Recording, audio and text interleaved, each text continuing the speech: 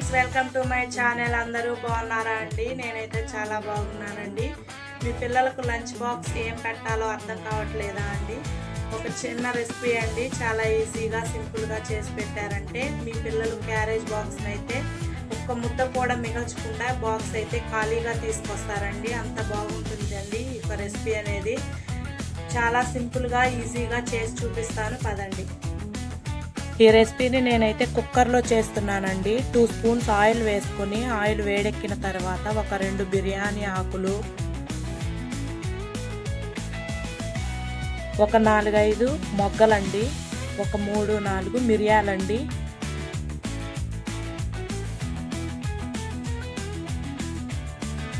ఒక 2 ఇంచుల దాల్చిన చెక్క అండి,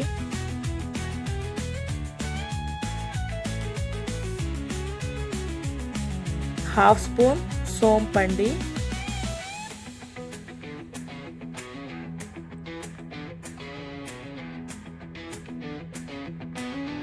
ఈ స్పైసెస్ అన్నీ ఒక 1 మినిట్ అయితే మనం ఫ్రై చేసుకోవాలండి.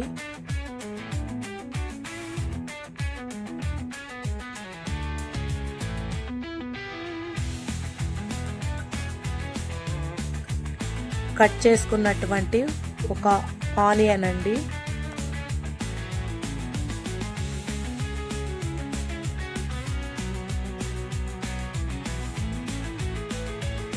ఈ ఉల్లిపాయ ముక్కల్ని గోల్డెన్ బ్రౌన్ కలర్లోకి వచ్చేంత వరకు ఫ్రై చేసుకోవాలండి.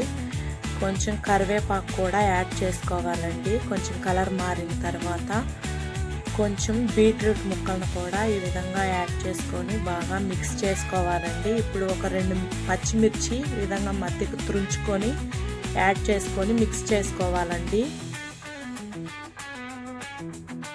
1 ఇంచ్ అల్లం ముక్క, ఒక 7-8 రెబ్బలు వెల్లుల్లి, కొంచెం పచ్చి కొబ్బరండి, ఒక 9-10 జీడిపప్పులండి, కొంచెం కొత్తిమీర వేసుకొని ఈ విధంగా పేస్ట్ అయితే తయారు చేసుకోవాలి.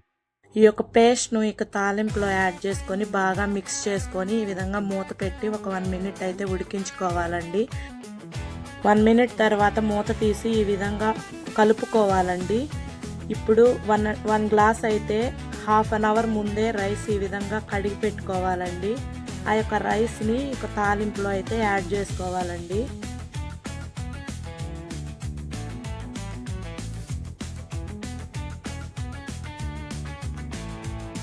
ఈ విధంగా రైస్ అన్ని యాడ్ చేసుకున్న తర్వాత ఒకసారి మొత్తం మిక్స్ చేసుకోవాలండి.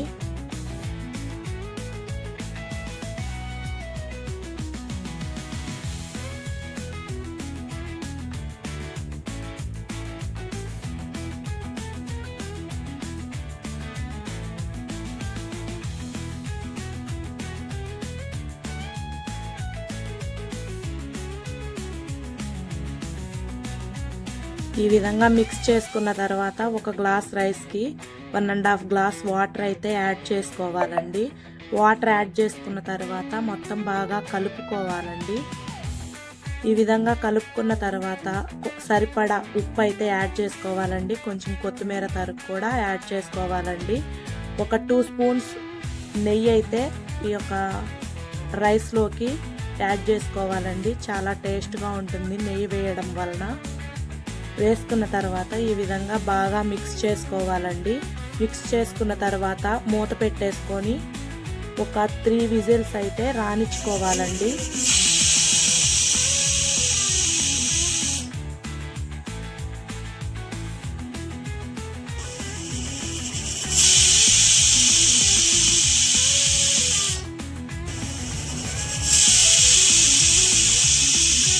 త్రీ విజిల్స్ వచ్చిన తర్వాత ఈ యొక్క పాత్రను పక్కన పెట్టేసుకొని ఒక 15 నిమిషాలు అయితే అలా పక్కన పెట్టేయాలండి. 15 నిమిషాలు అయ్యిందండి.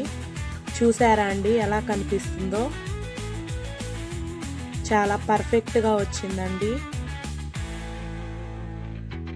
ఈ యొక్క రైస్ను పిల్లలైతే చాలా ఎంజాయ్ చేస్తూ తింటారండి. అంత బాగుంటుందండి ఈ యొక్క రెసిపీ. ఇదే మెజర్మెంట్స్ ప్రకారం మీరు కూడా ఒకసారి ట్రై చేసి మీకు ఎలా కుదిరిందో కామెంట్ చేయండి.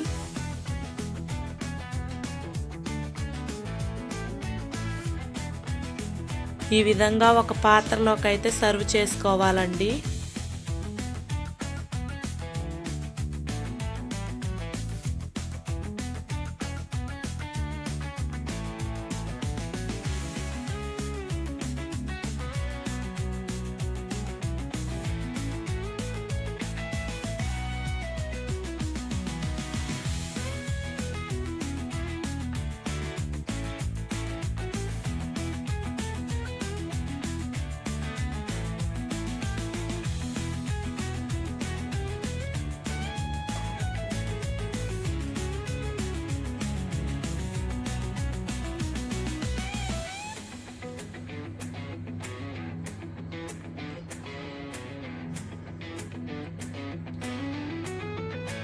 చాలా బాగుందండి, ఒట్టిదైనా తినేయచ్చు, అంత టేస్టీగా ఉంది రైస్ అయితే.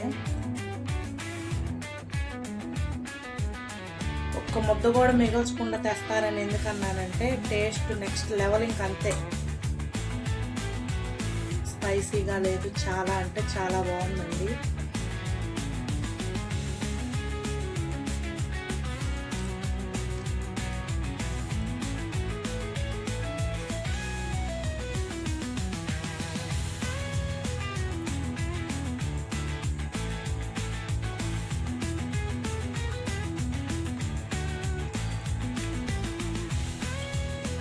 నాటుకోడి మాంసం అండి, మెత్త ఉడికిపోయింది. టేస్ట్ అయితే మాత్రం సూపర్ అంటే సూపర్గా ఉందండి.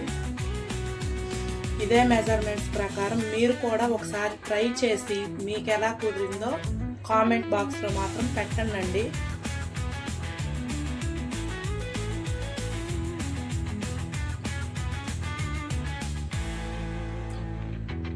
పిల్లలు మాత్రం చాలా అంటే చాలా ఎంజాయ్ చేస్తూ తింటారండి. మరొక మంచి వీడియోతో మళ్ళా కలుద్దామండి. Bye bye.